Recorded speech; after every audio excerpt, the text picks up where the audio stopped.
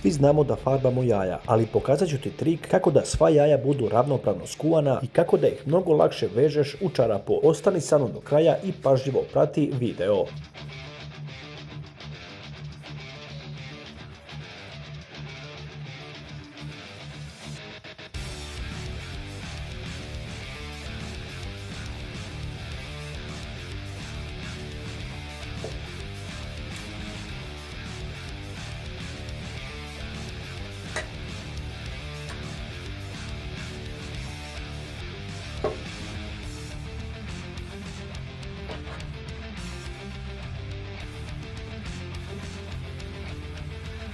U šerpicu dodaj litru vode, 1 kašiku soli i 1 kašiku sirćata. Na tebi je da odlučiš koju ćeš boju. Ja najviše volim crvenu. Znači kada voda provri, stavite boju koju god želite, a onda stavite polako jaja u vodu i kuvajte 10 minuta.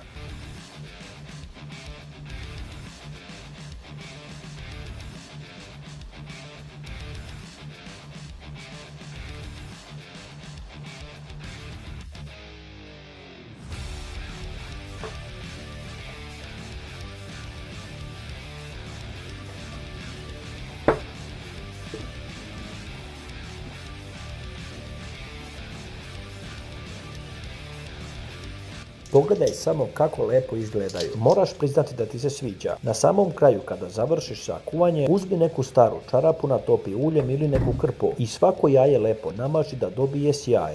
Ako ti se svidio ovaj recept, lajkuj video i podeli ga sa prijateljima, a meni u komentaru napiši kako ti spremaš jaja za Uskrs. Hristos Voskrese!